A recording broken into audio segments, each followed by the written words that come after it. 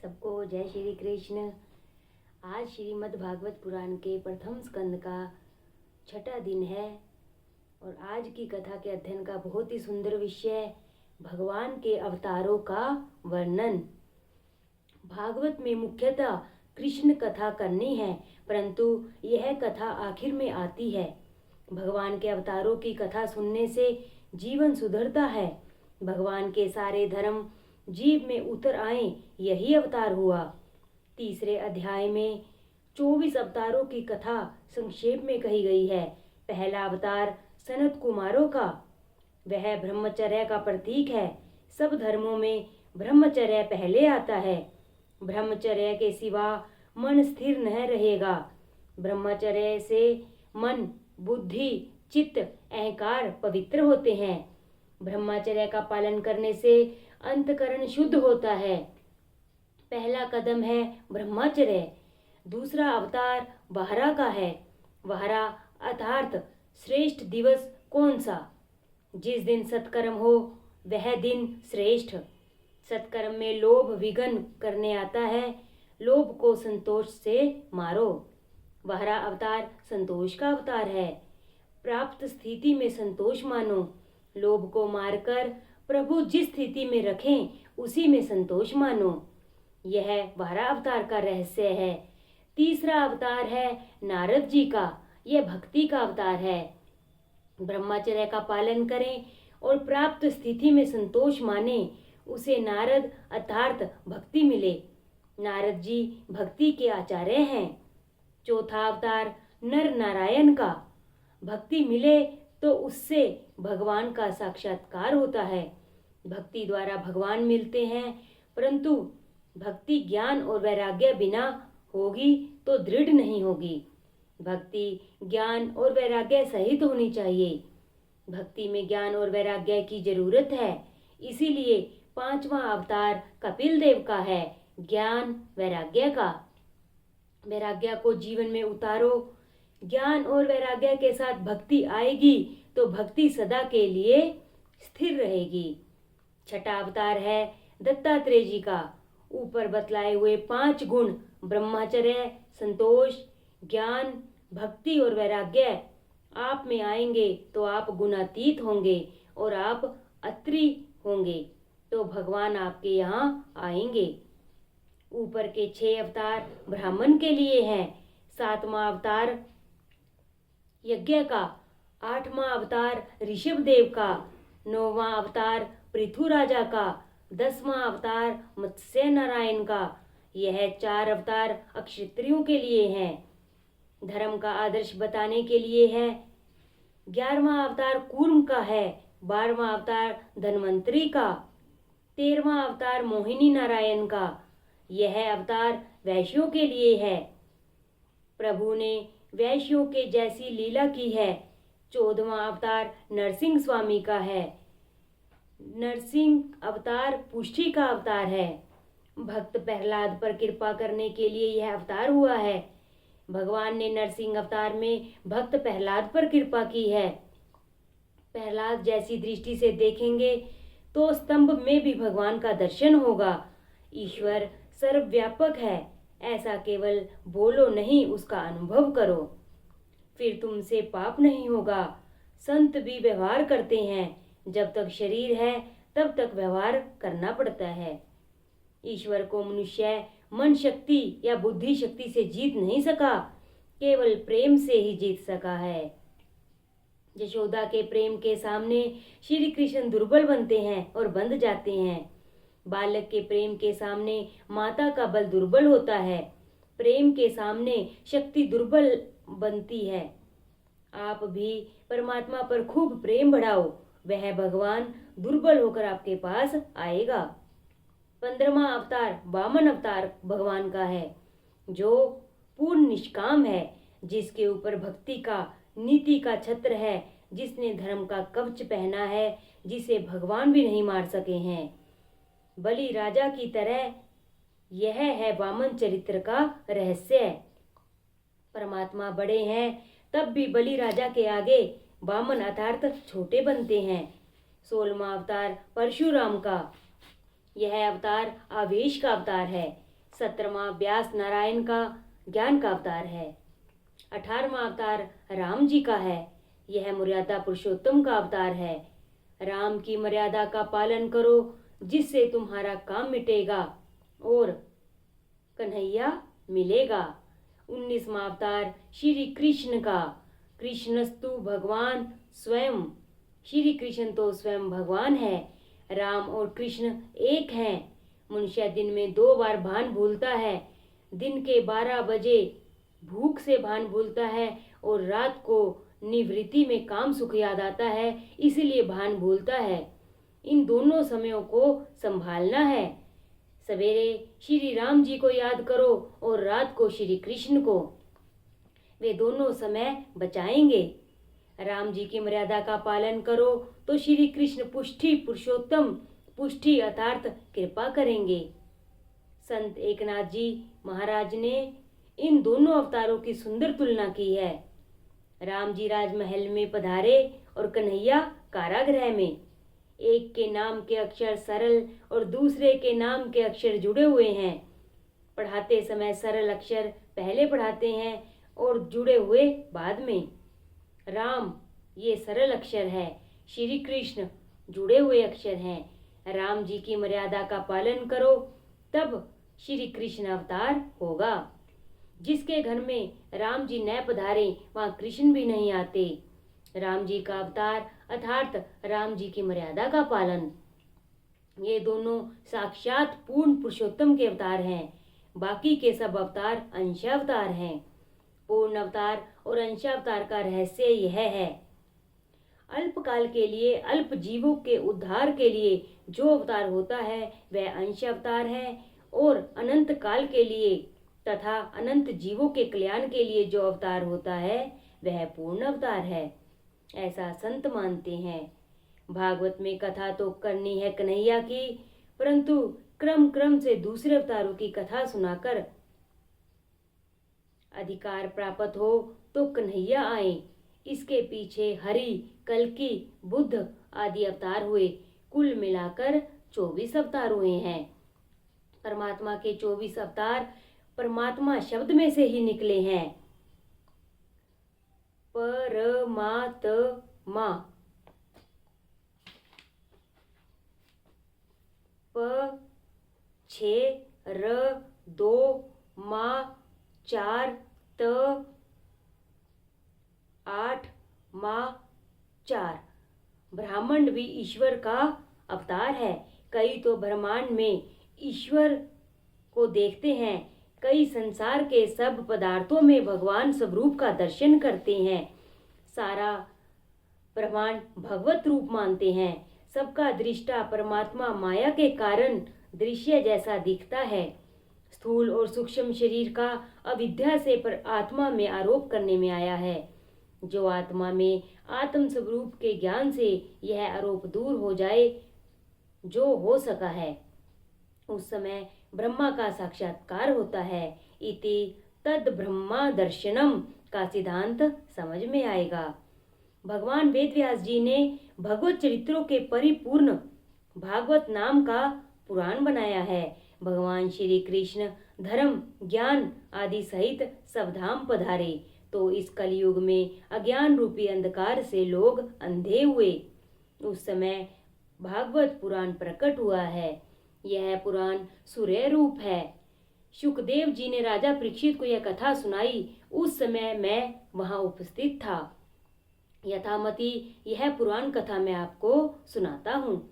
शौनक जी ने पूछा, व्यास जी ने भागवत की रचना किस अभिप्राय से की और रचना के बाद इसका प्रचार किस तरह से किया, आदि कथा हमें सुनाए। अतिशय लोभी प्रतिपल ईश्वर का ध्यान करता है, वैसे ज्ञानी प्रतिपल ईश्वर का ध्यान करता है, स्मरण करता है। ज्ञानी एक पल भी ईश्वर से अलग नहीं रह सकता। शुकदेव जी की जन्म से ही ब्रह्माकार वृत्ति है। वे भागवत पढ़ने गए, यह हमें आश्चर्य लगता है। शुकदेव जी की प्रशंसा खूब की गई है। शुकदेव जी की देव दृष्टि थी, देह दृष्टि नहीं थी। जब तक देह दृष्टि है तब तक दुख है। शुकदेव जी स्नान करती अप्सराओं के आगे से निकले तब भी निर्विकार थे। एक समय ऐसा हुआ कि एक सरोवर में अप्सराएं स्नान करती थी। वहां से नग्न अवस्था में शुकदेव जी निकले। अप्सराओं ने पूर्ववत स्नान चालू रखा और किसी प्रकार लज्जा का अनुभव नहीं किया, कपड़े भी नहीं पहने। थोड़ी देर बाद व्यास जी वहां से निकले। उन्होंने कपड़े भी पहने थे, परंतु व्यास जी को देखकर अप्सराओं ने तुरंत ही अपने वस्त्र पहन लिए। व्यास जी ने इस बात को देखा तो वे आश्चर्य में पड़ गए, ऐसा क्यों हुआ? अप्सराओं से उसका कारण पूछा। उन्होंने बताया, आप वृद्ध हैं, पूज्य हैं, पिता तुल्य हैं, परंतु आपके मन में यह पुरुष है, यह स्त्री है, ऐसा भेद है, जबकि शुकदेव जी के मन में कोई भेद नहीं है। शुकदेव जी केवल ब्रह्मा ज्ञानी नहीं है, ब्रह्मा दृष्टि रखकर घूमते हैं। शुकदेव जी की अभेद दृष्टि सिद्ध हो चुकी है। उन्हें यह खबर ही नहीं कि यह स्त्री है या पुरुष है। संत के दर्शन करने वाला भी निर्विकारी बनता है। शुकदेव जी का दर्शन करके अप्सराएं भी निर्विकारी बनी हैं, निष्काम हुई हैं। अप्सराओं को लगा कि धिक्कार है हमें, इस महापुरुष को तो देखो, यह महापुरुष प्रभु प्रेम में कैसे पागल बने हैं। जनक राजा के दरबार में एक समय शुकदेव जी और नारद जी पधारे। शुकदेव जी ब्रह्मचारी हैं और ज्ञानी हैं। नारद जी भी ब्रह्मचारी हैं और भक्ति मार्ग के आचार्य हैं। दोनों महापुरुष हैं, मगर इन दोनों में श्रेष्ठ कौन? जनक राजा समाधान नहीं कर सके। परीक्षा किए बिना कैसे फैसला हो? जनक राजा की रानी सुनैना ने निश्चय किया कि मैं दोनों की परीक्षा करूंगी। सुनैना रानी ने दोनों को अपने घर बुलाया और झूले पर बिठाया। इसके बाद सुनैना रानी श्रृंगार सज के आई और झूले पर उन दोनों के बीच बैठ गई। इसे नारद जी को कुछ संकोच हुआ।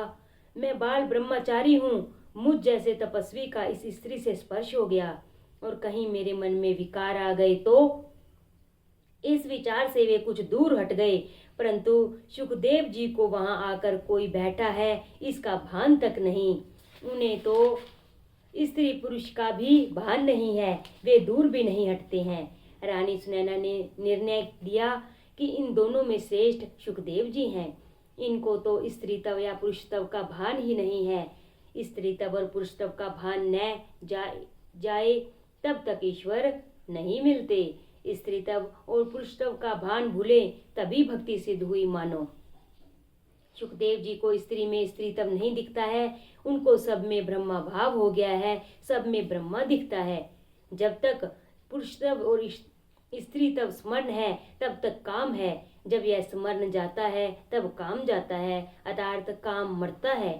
ब्रह्मचार्य करने वाले सुलभ हैं, ब्रह्म ज्ञानी सुलभ नहीं है। शुकदेव जैसी दृष्टि रखने वाले सुलभ नहीं है। ब्रह्मा दृष्टि रखना कठिन है, ऐसे पुरुष को तो भागवत पढ़ने की जरूरत नहीं है।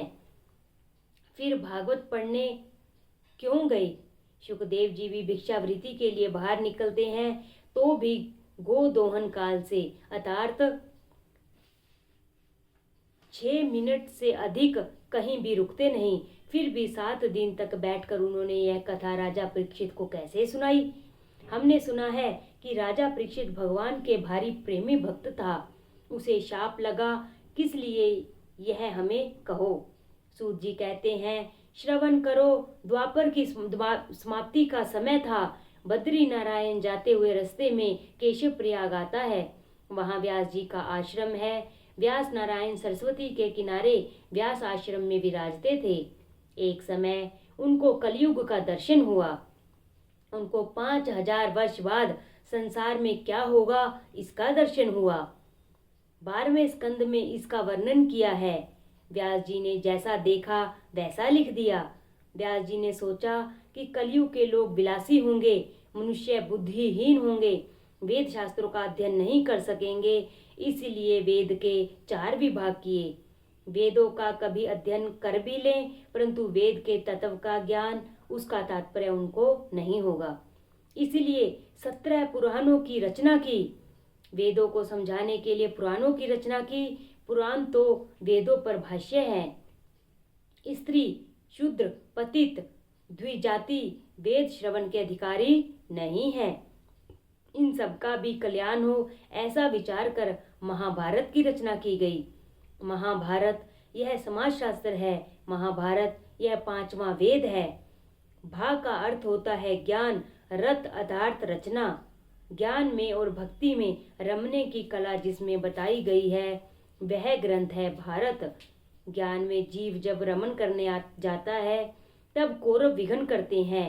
धर्म क्षेत्रे कुरुक्षेत्रे, यह शरीर क्षेत्र है। धर्म और अधर्म का इसमें युद्ध होता है। महाभारत प्रत्येक के मन में और घर में चल रहा है। सद्वृत्तियों और असद्वृत्तियों का युद्ध यही है महाभारत। जीव धृतराष्ट्र है, जिसकी आंख नहीं वह धृतराष्ट्र नहीं। जिसकी आंख में काम है वह अंधा धृतराष्ट्र है। को अंध है यो विषयानुरागी, अर्थात अंधा कौन, जो विषयानुरागी है वह। दुख रूप कौरव अनेक बार धर्म को मारने जाते हैं। युधिष्ठिर और दुर्योधन रोज लड़ते हैं। दुर्योधन आज भी आता है प्रभु भजन के लिए। सवेरे ठाकुर जी 4 बजे जगाते हैं। धर्मराजा कहते हैं उठो और सत्कर्म करो, परंतु दुर्योधन आकर कहता है पिछले प्रहर की मीठी नींद आ रही है, सवेरे उठने की क्या जरूरत है, तू अभी आराम कर, तेरा क्या बिगड़ता है। धर्म और अधर्म इसी प्रकार अनादिकाल से लड़ते चले आ रहे हैं। दुष्ट विचार रूपी दुर्योधन मनुष्य को उठने नहीं देता। निद्रा और निंदा पर जो विजय प्राप्त करते हैं वही भक्ति कर सकते हैं। दुर्योधन यह अधर्म है, युधिष्ठिर यह धर्म का स्वरूप है। धर्म धर्मराज की तरह प्रभु के पास ले जाता है और अधर्म दुर्योधन मनुष्य को संसार की ओर ले जाता है और इसका विनाश करता है। धर्म ईश्वर की शरण में जाए तो धर्म की विजय होती है, अधर्म का विनाश होता है। ओम नमो भगवते वासुदेवाय नमः। बोलो श्री भागवत महापुराण की जय। सबको जय श्री कृष्ण। आज श्रीमद् भागवत महापुराण की कथा का 7वां दिन है। आज का अध्याय है महर्षि व्यास का असंतोष। इतने ग्रंथों की रचना कर लेने पर भी व्यास जी के मन को शांति मिलती नहीं। ज्ञानी पुरुष अपनी अशांति का कारण अपने में ही खोजते हैं, उद्वेग का कारण अपने में ही खोजते हैं, अपने दुख का कारण बाहर नहीं है। आपके दुख का कारण आपके अंदर ही है। अज्ञान और अभिमान यह दुख के कारण है। व्यास जी अशांति का कारण अंदर ही खोजते हैं। मैंने कोई पाप नहीं किया है, जबकि अज्ञानी पुरुष अशांति का कारण बाहर खोजता है। वह बाहर के कारणों में ही अशांति का मूल पाता है। लोग किए हुए पुण्य को फिर याद करते हैं, परंतु किए हुए पाप को कोई याद नहीं करता, पाप का कोई विचार नहीं करता। व्यास जी को चिंता हुई कि मेरे हाथ से कोई पाप तो नहीं हुआ है। नहीं, मैं निष्पाप हूँ, परंतु मेरे मन में कुछ खटकता है कि मेरा कोई ना कोई काम अधूरा रह गया है। मनुष्य को अपनी भूल जल्दी मिलती है, इसलिए तो कहा है कृपा भई तब जानिए जब दिखे अपना दोष। जगत के किसी भी जीव का दोष नहीं देखो, अपने मन को सुधारो। जो कोई आपकी भूल बताए तो उसका उपकार भूलना नहीं। व्यास जी ज्ञानी हैं, फिर भी अपने को निर्दोष नहीं मानते। मनुष्य का सबसे बड़ा दोष यही है कि वह अपने को निर्दोष मानता है। निर्दोष एक परमात्मा ही है। ब्रह्मा जी की सृष्टि गुण दोषों से रहित नहीं है। दैवी सृष्टि और आसुरी सृष्टि अनादिकाल से ही चली आ रही है। व्यास जी सोचते हैं कि मुझे कोई संत मिले जो मेरी भूल मुझे दिखाए। सत्संग बिना मनुष्य को अपने दोषों का भान नहीं होता है। सत्संग में मनुष्य को अपनी भूल सूझती है। व्यास जी के संकल्प से परमात्मा ने नारद जी को उनके पास जाने की प्रेरणा की। कीर्तन करते करते नारद जी वहां पहुंचे। गंगा जी को आनंद हुआ। महापुरुषों से मिलने से कथा गंगा प्रकट होगी, अनेक जीवों का उद्धार होगा। आज गंगा जी शांत हैं, ताकि इन दो महापुरुषों के सत्संग में विघ्न न पड़े।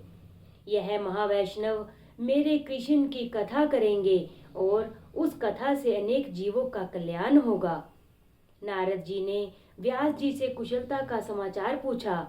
फिर कहा, मैं तो आपको अभिनंदन देने आया था, परंतु आपको चिंता में देखकर आश्चर्य हो रहा है। मुझे लगता है आप किसी गहरी चिंता में हैं। आप आनंद में नहीं हैं। व्यास जी ने कहा, आपकी परीक्षा सच्ची है। मेरी कोई भूल हुई है, परंतु मेरी भूल मुझे समझ में नहीं आ रही है।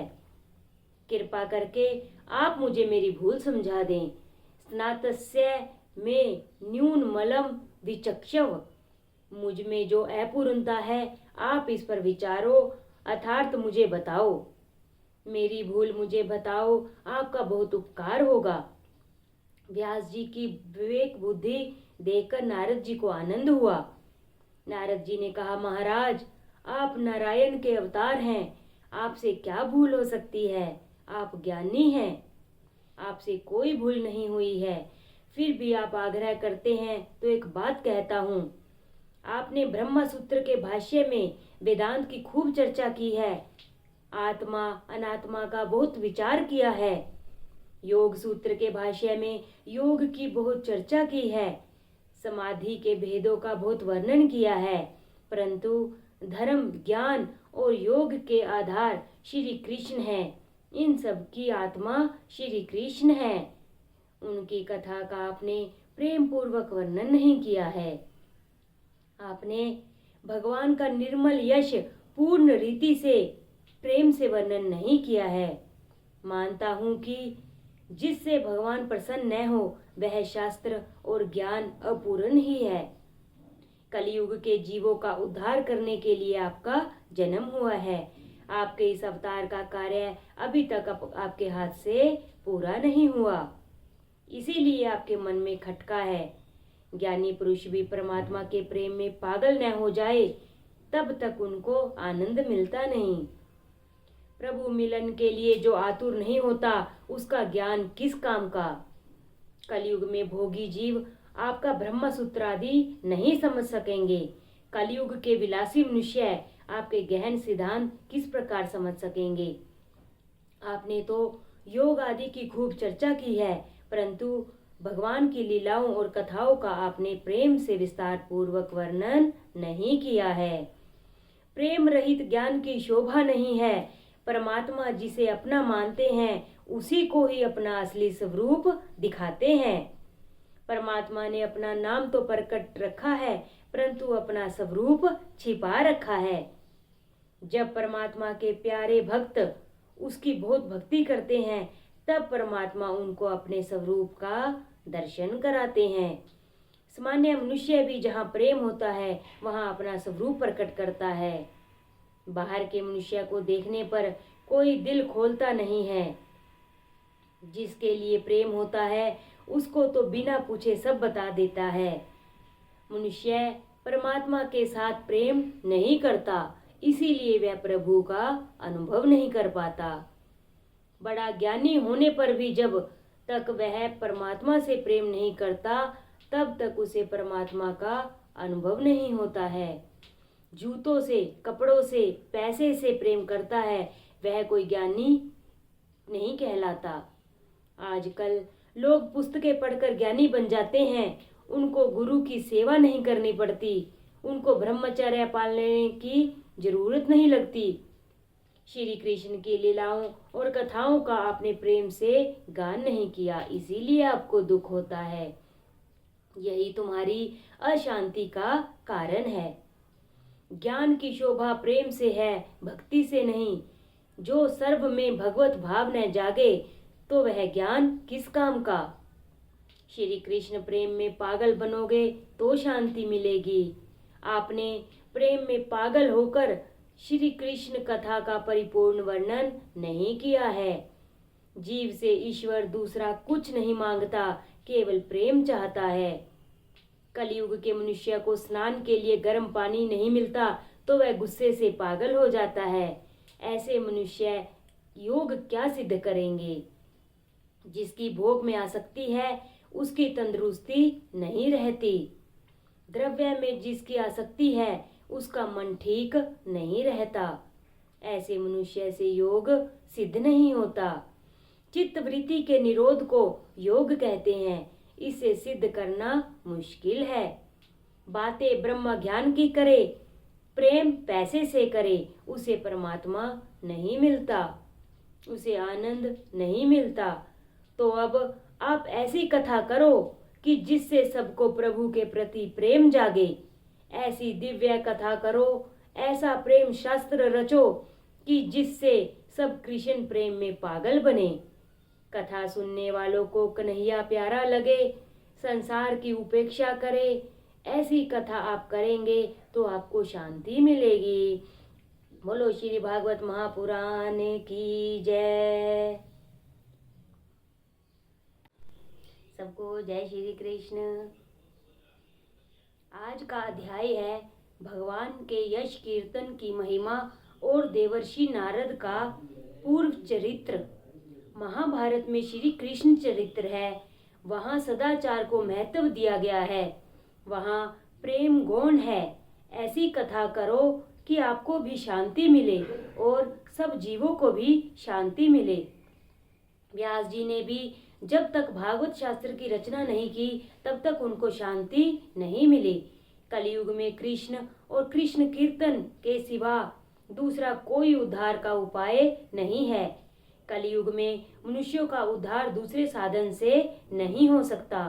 केवल कृष्ण कीर्तन, कृष्ण स्मरण से ही कलयुग में मनुष्यों का उद्धार होगा। परमात्मा की लीला कथा का वर्णन आप अति प्रेम पूर्वक करो। सब साधनों का फल प्रभु प्रेम है। आप तो ज्ञानी हैं महाराज। मैं आपको अपनी कथा सुनाता हूँ, मैं कैसा था और कैसा हो गया।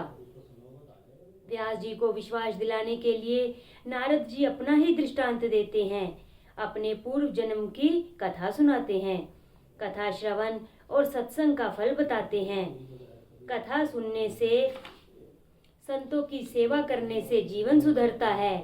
मैं दासी पुत्र था, परंतु मैंने 4 मास कन्हैया की कथा सुनी, मुझे सत्संग मिला तो मेरा जीवन दिव्य बना।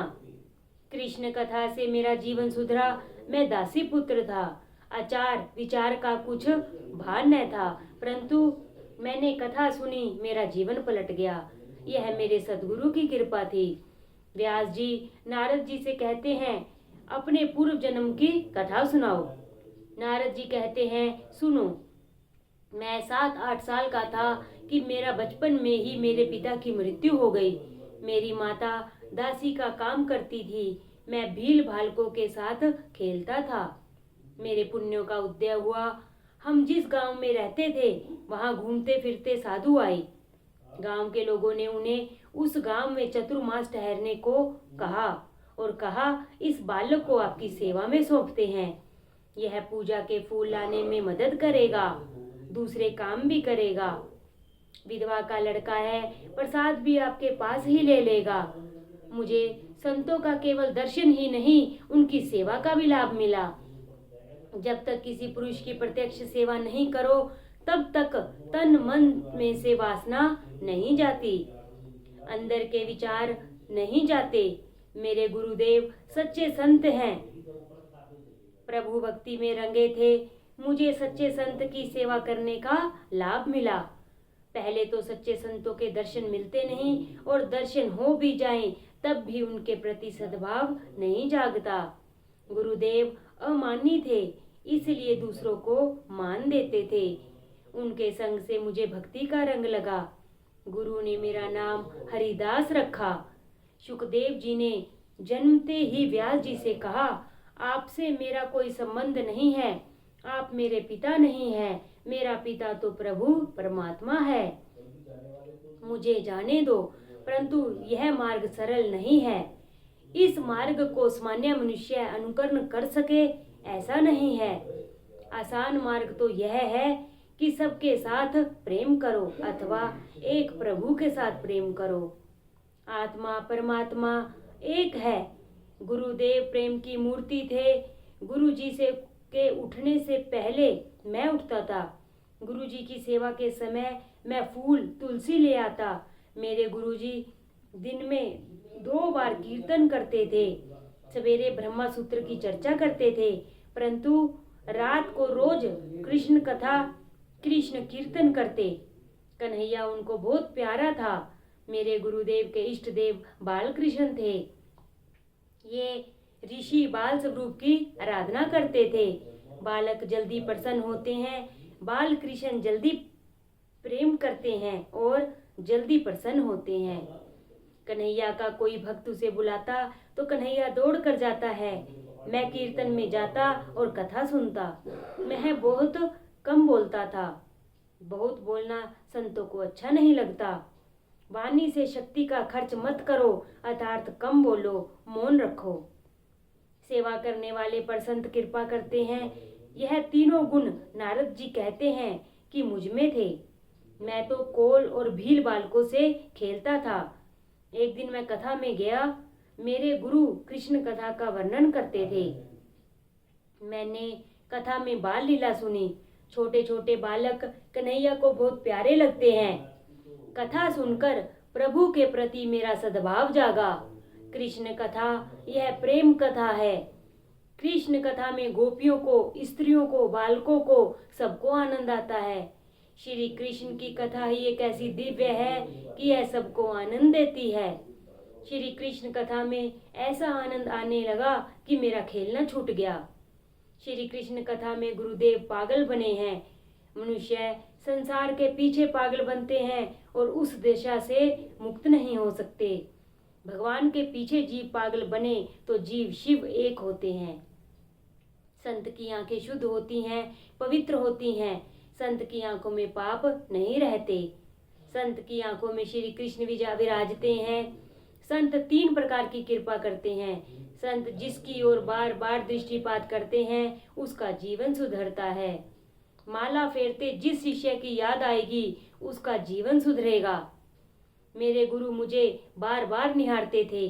गुरुजी कहते थे, यह बच्चा बड़ा समझदार है। गुरुजी को आनंद होता है, वे बहुत प्रसन्न थे। यह जीव जातिहीन है परंतु कर्महीन नहीं है। संत जिस पर प्रेम की नजर डालते हैं उसका कल्याण होता है। एक दिन प्रसाद ले लेने के बाद मैं उनकी झूठी पतले उठाता था। मैं दासी पुत्र था। कहे बिना मुझे खाने को कौन देता। गुरुजी ने मुझे इस प्रकार सेवा करते देखा। संत का हृदय पिघला। गुरुजी ने पूछा कि हरिदास तुमने भोजन किया है? मैंने ना कही। गुरुदेव को मुझ पर दया आई। ये बालक कितना समझदार है। गुरुदेव ने मुझे आज्ञा दी कि पत्तों में मैंने महाप्रसाद रखा है, यह तुम खाओ। मैंने वह प्रसाद खाया। शास्त्र की आज्ञा है कि गुरु जी की आज्ञा के बिना उनका उच्छिष्ट नहीं खाना। संत जब कल्याण की भावना से प्रसाद देते हैं तो कल्याण होता है। संत हृदय पिघलने पर बुलाकर देते हैं, तब वे प्रसन्न हुए, ऐसा मानना। मैंने प्रसाद ग्रहण किया। मेरे सब पाप नष्ट हुए। मुझे भक्ति का रंग लगा। मुझे कृष्ण प्रेम का रंग लगा। उस दिन मैं कीर्तन में गया। मुझे नया अनुभव हुआ। कीर्तन में एक निराला आनंद आया कि मैं आनंद में थे नाचने लगा। अति आनंद में देहाध्यास छूटता है। कीर्तन भक्ति श्री कृष्ण जी को अतिशय प्रिय है। भक्ति का रंग मुझे उसी दिन लगा। मुझे राधा कृष्ण का अनुभव हुआ। सुखदेव जी कहते हैं, नारद जी व्यास जी को अपना आत्म चरित्र सुनाते हैं। मैं कम बोलता था, इसीलिए मुझ पर संतों की कृपा हुई। सेवा में सावधान रहता था। संत सेवा में सद्भाव रखते हैं, परंतु गुरुदेव की मुझ पर खास कृपा हुई। मुझे वासुदेव गायत्री का मंत्र दिया। पहले स्कंद में 5वें अध्याय का 37वां श्लोक यह वासुदेव गायत्री का मंत्र है। इस वासुदेव गायत्री का हमेशा जप करो। 4 माह इसी प्रकार गुरुदेव की सेवा की। गुरु जी का यह गांव छोड़कर चले जाने का दिन आया। गुरुदेव जी अब चले जाएंगे, यह सोचकर मुझे दुख हुआ। मैंने गुरुजी से कहा, गुरुजी आप मुझे साथ ले चलिए, मुझे मत छोड़ो। मैं आपकी शरण में आया हूँ, मैं आपके चौके पर सोया करूँगा, मैं आपका नीच से नीच काम भी करूँगा, मुझे सेवा में साथ ले चलो, मेरी उपेक्षा न करो। गुरुदेव ने विधाता का लेख पढ़कर मुझसे कहा कि तू अपनी माता का ऋणानुबंधी पुत्र है, इस जन्म से तुम्हें उसका ऋण चुकाना चाहिए, इसीलिए माता का त्याग नहीं करना।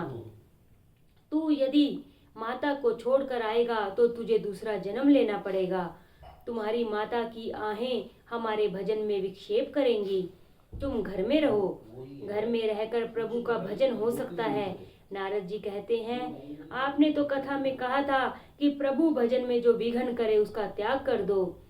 प्रभु के भजन में जो साथ दे उसका ही संग करो। जो ईश्वर के मार्ग में ले जाए वही सच्चा स्नेही है। मेरी माता जो मेरे भजन में विक्षेप करने वाली हो, तो क्या मुझे अपनी माता का त्याग नहीं करना चाहिए? संसारी माँ बाप की यही इच्छा रहती है कि मेरा पुत्र विवाह करके वंश की वृद्धि करे। उनको यह इच्छा होती ही नहीं कि मेरा पुत्र परमात्मा में तन्मय हो। मेरी माता मेरे भजन में विक्षेप करने वाली है। आपने कथा में एक दिन कहा था कि अपने स्नेही भी जो कथा में विक्षेप करने वाले हों, तो ऐसे स्नेहियों का भी त्याग कर दो। मीराबाई को लोगों ने बहुत त्रास दिया। तब मीराबाई ने घबराकर संत तुलसीदास को पत्र लिखा। मैं 3 साल की थी तब से मैंने गिरधर गोपाल के साथ शादी की है। ये मेरे संबंधी मुझे कष्ट देते हैं, मुझे अब क्या करना चाहिए? तुलसीदास ने चित्रकूट से ही पत्र लिखा कि कसौटी सोने की होती है, पीतल की नहीं। तुम्हारी यह कसौटी है। जाके प्रिय न राम बेदेही, सो छाड़िए कोटि वैरी, सम यद्यपि परम स्नेही। जिसे सीताराम प्यारे न लगे, जिसे राधा कृष्ण प्यारे न लगे, ऐसा जो सगा भाई हो तब भी उसका संग छोड़ देना चाहिए। दुसंग स्वर्था त्यागने योग्य है, दुसंग है स्वर्था त्याज्य है। ओम नमो भगवते वासुदेवाय नमः। बोलो श्री भागवत महापुराण की जय। सबको जय श्री कृष्ण। कल हम अध्ययन कर रहे थे भगवान के यश कीर्तन की महिमा और देवर्षि नारद का पूर्व चरित्र। अब आधा अध्याय आज करेंगे। मीराबाई ने यह पत्र पढ़कर मेवाड़ का त्याग कर दिया और वृंदावन आ गई। भक्ति बढ़ानी हो तो मीराबाई का चरित्र बार बार पढ़ो। संसारी माता पिता भी पुत्र को संसार का ही ज्ञान देते हैं। माता के संग में रहूंगा तो भजन में विक्षेप होगा। गुरुजी ने कहा, तू माँ का त्याग करे, यह मुझे अच्छा नहीं लगता है।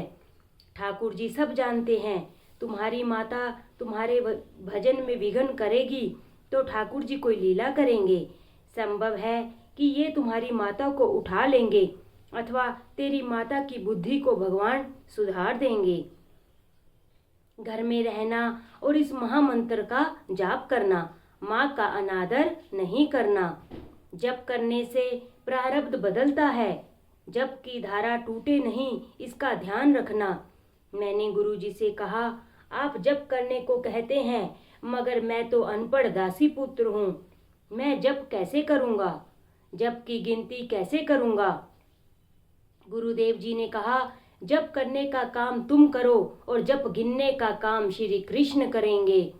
जप तुम करना, गिनेगा कन्हैया। जो प्रेम से भगवान का स्मरण करते हैं उनके पीछे पीछे भगवान फिरते हैं। मेरे प्रभु को और कोई काम नहीं है। जगत की उत्पत्ति और संहार का सारा काम माया को सौंप दिया है। परमात्मा के नाम को जो जाप करता है, परमात्मा उसके पीछे पीछे फिरते हैं। जप की गिनती तो नहीं करनी है, गिनोगे तो किसी को कहने की इच्छा होगी, किसी को जप की संख्या कहोगे तो थोड़ा पुण्य चला जाएगा, पुण्य क्षय होगा। गुरुजी ने मुझे वासुदेव गायत्री मंत्र का 32 लाख जप करने को कहा।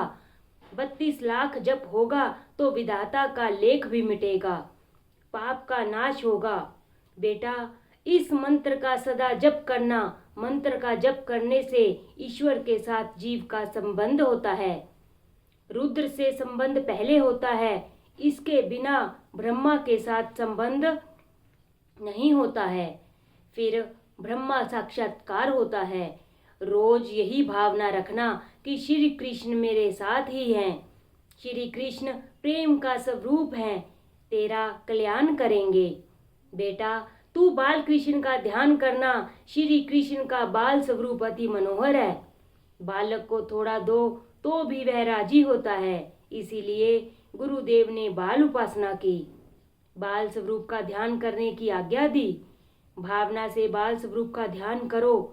मेरे गुरुजी मुझे छोड़कर चले गए, मुझे अति दुख हुआ।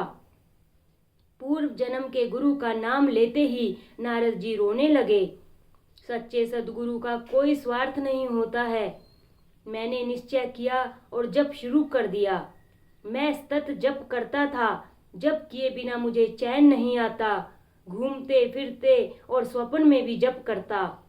शैया पर सोने से पहले हमेशा जप करो, जप की धारा न टूटे।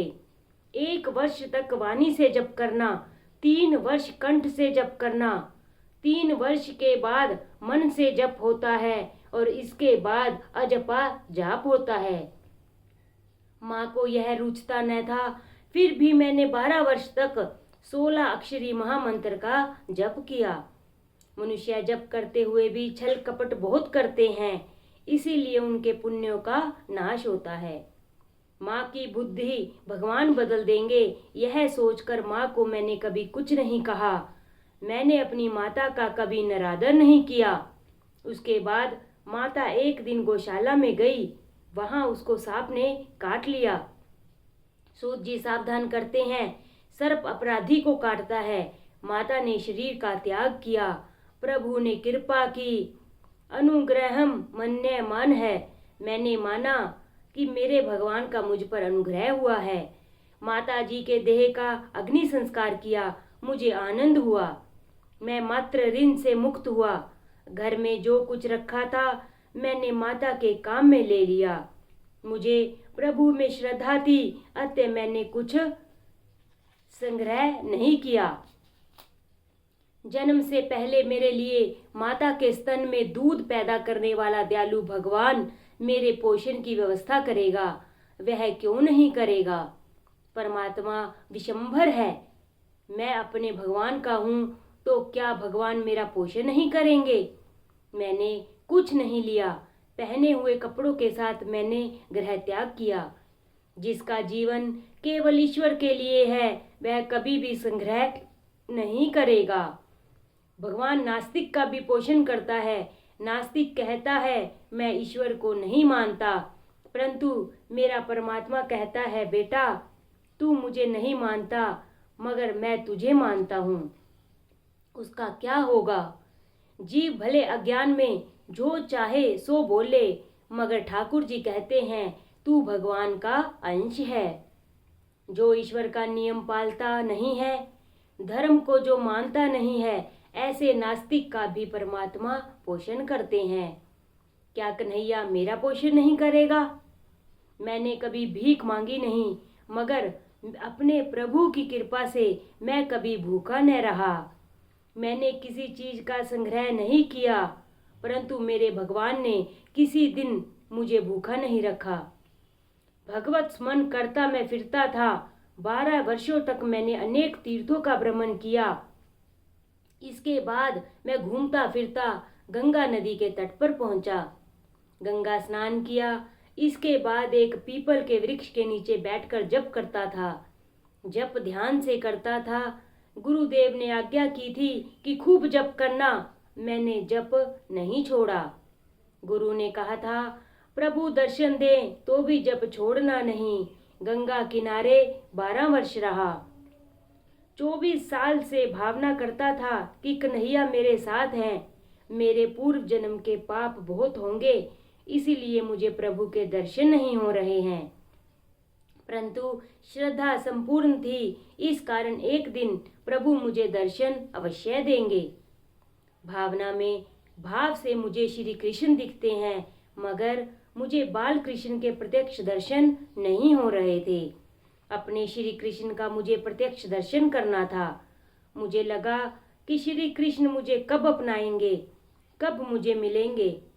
मुझे श्री कृष्ण दर्शन की तीव्र इच्छा जागी। क्या अच्छा हो कि मुझे श्री कृष्ण की झांकी हो। मेरे लाला ने कृपा की। एक दिन ध्यान में मुझे सुंदर नीला प्रकाश दिखा। प्रकाश को देख मैं जप करता था। वहां प्रकाश में से बाल कृष्ण का स्वरूप प्रकट हुआ। मुझे बाल कृष्ण के मनोहर स्वरूप की झांकी हुई। मेरे कृष्ण ने कस्तूरी का तिलक लगाया था। वक्ष स्थल में कौस्तुभ मणि की माला धारण की थी। नाक में मोती था। आंखें प्रेम से भरी थी। मुझे जो आनंद हुआ उसका वर्णन करने की शक्ति सरस्वती में नहीं है। मुझे ऐसा हुआ कि मैं दौड़ता जाऊं और श्री कृष्ण के चरणों में वंदन करूं। मैं जैसे ही वंदन करने गया तो कृष्ण अंतर ध्यान हो गए। मुझे लगा मेरा श्री कृष्ण मुझे क्यों छोड़कर चला गया। वहां मुझे आकाशवाणी से आज्ञा मिली, तेरे मन में सूक्ष्म वासना रही है। जिसके मन में सूक्ष्म वासना रह गई हो ऐसे योगी को मैं दर्शन नहीं देता। इस जन्म में अब मेरा दर्शन तुझे नहीं होगा। यूं तो तेरी भक्ति से प्रसन्न हुआ हूँ। तेरे प्रेम को, भक्ति को पुष्ट करने के लिए तुम्हें दर्शन दिया है, परंतु तुझको अभी एक जन्म और लेना पड़ेगा। अभी तेरे बहुत से जप बाकी हैं। अगले जन्म में तुझे मेरा दर्शन होगा। सृष्टि और मन को सुधार। सतत विचार कर कि मैं तेरे साथ हूँ। जीवन के अंतिम श्वास तक करना। बिना भजन का भोजन पाप है। सत्कर्म की समाप्ति नहीं हुआ करती। जिस दिन जीव की समाप्ति उसी दिन सत्कर्म की समाप्ति। इसके बाद मैं गंगा किनारे रहा। मरने से पहले मुझे अनुभव होने लगा कि इस शरीर से मैं जुदा हूँ। जड़ चेतन की ग्रंथि टूट गई। जड़ और चेतन की, शरीर और आत्मा की जो गांठ लगी है, यह गांठ भक्ति के बिना नहीं छूटती। शरीर से आत्मा जुदा है, यह सब जानते हैं, पर अनुभव कौन करता है। बोलो जय श्री कृष्ण।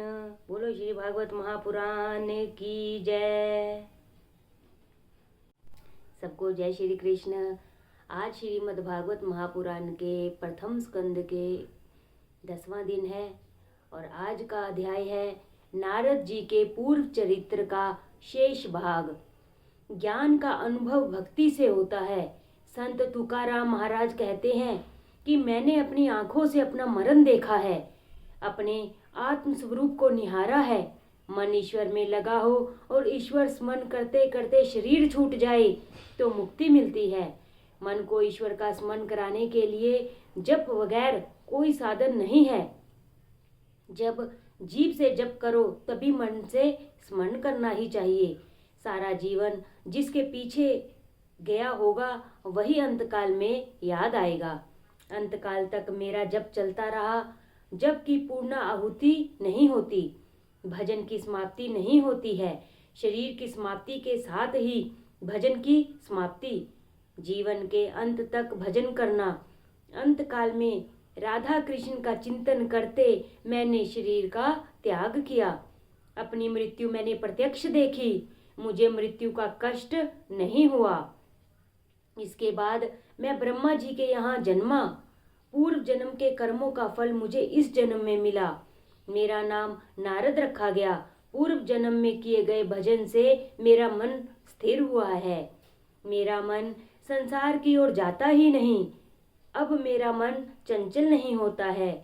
अब तो मैं सतत परमात्मा का दर्शन करता हूँ। एक दिन मैं गोलोक धाम में गया, जहाँ सतत रामलीला होती है। वहाँ श्री राधा कृष्ण का मुझे दर्शन हुआ। मैं कीर्तन में तन्मय हुआ। श्री कृष्ण कीर्तन में मुझे अति आनंद हुआ। प्रसन्न होकर राधा जी ने मेरे लिए प्रभु से सिफारिश की कि नारद जी को प्रसाद दें। श्री कृष्ण ने मुझे प्रसाद दिया। व्यास जी ने पूछा, प्रसाद में प्रभु ने तुम्हें क्या दिया? तो नारद जी ने कहा कि प्रसाद में प्रभु ने मुझे तंबूरा दिया। प्रभु ने मुझसे कहा, कृष्ण कीर्तन करते करते जगत में भ्रमण करो और मुझसे जुदा हुए अधिकारी जीवों को हमारे पास ले आओ। संसार प्रवाह में बहते हुए जीवों को हमारी ओर लाओ। भगवान को कीर्तन भक्ति अति प्रिय है। यह बिना लिए मैं जगत में भ्रमण करता हूँ, नाद के साथ कीर्तन करता हूँ। अधिकारी जीवों को या कोई योग्य चेला मिले तो उसे प्रभु के धाम में ले जाता हूँ। मुझे रास्ते में ध्रुव मिला, उसको प्रभु के पास ले गया। मुझे प्रहलाद जी मिले तो उनको प्रभु के पास ले गया। ऐसे जो भक्त मिले उन्हें मैं प्रभु के पास ले गया। जो कोई भक्त मिलते हैं उनको प्रभु के पास ले जाता हूँ। सत्संग में मैंने भागवत कथा सुनी, श्री कृष्ण कथा सुनी, फिर मैंने कीर्तन किया और प्रेम लता को पुष्ट किया। अब तो जब मैं इच्छा करूं तभी कन्हैया मुझे झांकी देता है। मेरे साथ कन्हैया नाचता है। संत नामदेव महाराज जब कीर्तन करते थे उस समय श्री विट्ठल नाथ जी में संसार का भान भूले तो आनंद आए। कीर्तन में तन्मय हुआ मनुष्य संसार को भूलता है। कीर्तन से संसार संबंध छूटता है और प्रभु के साथ संबंध बंधता है। संसार का ध्यान छोड़ने का प्रयत्न करो। कीर्तन में आनंद कब आता है? जब जीव से प्रभु का कीर्तन, मन से उसका चिंतन करेंगे और दृष्टि से उसके स्वरूप को देखेंगे, तभी आनंद आएगा। कलयुग में नाम कीर्तन करने से पाप जलते हैं, हृदय शुद्ध होता है, परमात्मा हृदय में समाता है, परमात्मा की प्राप्ति होती है। अतः कथा में कीर्तन होना ही चाहिए। कीर्तन बिना कथा परिपूर्ण नहीं होती। कलयुग में स्वरूप सेवा जल्दी नहीं फलती। स्मरण सेवा अर्थात नाम सेवा तुरंत फलती है। हे व्यास जी, इस सब का मूल सत्संग है। सत्संग की यह बड़ी महिमा है। जो सत्संग करता है वही संत बनता है। श्री कृष्ण कथा से मेरा जीवन सुधरा है। कृष्ण कथा सुनकर मुझे सच्चा जीवन मिला है। कथा सुनकर वैराग्य करो और स्वभाव को सुधारो। संयम बढ़ाकर ज्यादा भजन करोगे तो सफलता जरूर मिलेगी। नारद जी व्यास जी से कहते हैं, आप मुझे जो मान देते हैं यह सत्संग का मान है। सत्संग से ही मैं मान के योग्य हुआ हूँ। भील बालकों के साथ आवारा घूमने वाला मैं सत्संग से ही देवर्षि बना हूँ। नारद जी दासी पुत्र थे। सच्चे साधु संत की सेवा से उनका जीवन सुधरा। संत स्वयं तीर्थ रूप हैं। संत जंगम तीर्थ हैं। पारस मणि लोहे को सोना बनाता है, फिर भी लोहे को अपने जैसा नहीं बनाता है। परंतु संत अपने संसर्ग में आए हुओं को अपने जैसा बनाते हैं। संत करे आपू समाना। मनुष्य देव होने के लिए बनाया गया है। मनुष्य को देव होने के लिए 4 गुणों की आवश्यकता है: संयम, सदाचार, स्नेह और सेवा। ये 4 गुण सत्संग बिना नहीं आते हैं। सत्संग का फल भागवत में बताया गया है। सत्संग से नारद जी दासी पुत्र से देवर्षि हुए हैं। मनुष्य माया का दास बना है। सत्संग से वह इसे छुटकारा पा सकता है। सच्ची भक्ति का रंग लगता है तो फिर इसे प्रभु बिना चैन नहीं मिलता। नारद जी का यह चरित्र भागवत का बीजारोपण है। सत्संग और सेवा का फल बताना इस चरित्र का उद्देश्य है। अतः विस्तार किया है। हमने यह देख लिया कि जप बिना जीवन सुधरता नहीं। दान से धन की शुद्धि होती है, ध्यान से मन की शुद्धि होती है और शरीर की शुद्धि स्नान से होती है। परोपकार से भी मन की मलिनता पूर्णतः नहीं धुलती है। इसीलिए ध्यान और जप की आवश्यकता है। जप करने वाले की स्थिति कैसी होनी चाहिए? श्री ब्रह्मा चैतन्य स्वामी ने कहा है कि सहज सुमिरन होत है रोम रोम से राम। जप की प्रशंसा करते हुए गीता में भगवान ने कहा है कि यज्ञानाम जप यज्ञोस्म। रामदास स्वामी ने दास बोध में लिखा है कि जप करने से जन्म कुंडली के ग्रह भी सुधरते हैं। 1 करोड़ जप करने से तन सुधरता है अर्थात आरोग्य प्राप्त होता है। 2 करोड़ जप करने से द्रव्य सुख मिलता है अर्थात धन की प्राप्ति होती है। 3 करोड़ जप करने से पराक्रम सिद्ध होता है, यश कीर्ति मिलती है। 4 करोड़ जप करने से सुख की प्राप्ति होती है। 5 करोड़ जप करने से ज्ञान की प्राप्ति होती है। 6 करोड़ जप करने से अंदर के शत्रुओं का विनाश होता है। 7 करोड़ जप करने से स्त्री को सौभाग्य सुख मिलता है। स्त्री को पति सुख और पुरुष को पत्नी सुख मिलता है। 8 करोड़ जप करने से मरण सुधरता है, अपमृत्यु टलती है, मृत्यु स्थान सुधरता है। 9 करोड़ जप करने से इष्ट देवी की झांकी होती है, अपरोक्षानुभूति होती है। जिस देव का जप करते हैं उस देव के सगुण स्वरूप का साक्षात्कार होता है। 10, 11, 12 करोड़ जप करने से संचित प्रारब्ध और क्रियामान कर्म जल जाते हैं, इन कर्मों का नाश होता है। 13 करोड़ जप करने से भगवान का साक्षात दर्शन होता है। नारद जी व्यास जी से कहते हैं कि अब आप ऐसी कथा करो कि जिससे सुनने वालों का पाप जले, उनका हृदय पिघले। आपने अब तक ज्ञान प्रधान कथा बहुत की, परंतु अब प्रेम प्रधान कथा करें कि जिससे सबके हृदय में कृष्ण प्रेम प्रकट हो। कथा का तात्पर्य नारद जी ने बताया है। कथा सुनने से प्रभु के प्रति प्रेम जागे और संसार के विषयों के प्रति वैराग जागे तो कथा सुनी कहलाएं। नारद जी ने व्यास जी को ऐसी आज्ञा दी है कि कृष्ण प्रेम में लीन होकर कथा करेंगे तो आपका और सबका कल्याण होगा। व्यास जी ने कहा, आप मुझे ऐसी कथा सुनाएं। नारद जी कहते हैं, आप ज्ञानी हैं, आप अपने स्वरूप भूले तो नहीं हैं। आप समाधि में बैठिए और समाधि में जो दिखे वही लिखिए। बहिर्मुख इंद्रियों के अंतर्मुख करने से समाधि ईश्वर के समीप पहुंचाती है। ईश्वर के साथ एक होना समाधि है। ईश्वर में लीन होना ही समाधि है। नारद जी जब तक न मिले नारायण का दर्शन होता नहीं है। संसार में आने के बाद यह जीव अपने स्वरूप को भूलता है। कोई संत कृपा करे तब जीव को अपने स्वरूप का भान कराते हैं। व्यास नारायण को भी नारद की जरूरत पड़ी थी। इसके बाद नारद जी ब्रह्मालोक में सिधार गए। व्यास जी ने प्राणायाम की दृष्टि अंतर्मुख की। वहां हृदय गुफा में बाल कृष्ण के दर्शन हुए। व्यास जी को सब लीलाओं का दर्शन हुआ है। व्यास जी को नारद जी ने स्वरूप का भान कराया। इसके परिणाम स्वरूप व्यास जी ने श्रीमद् भागवत की रचना की।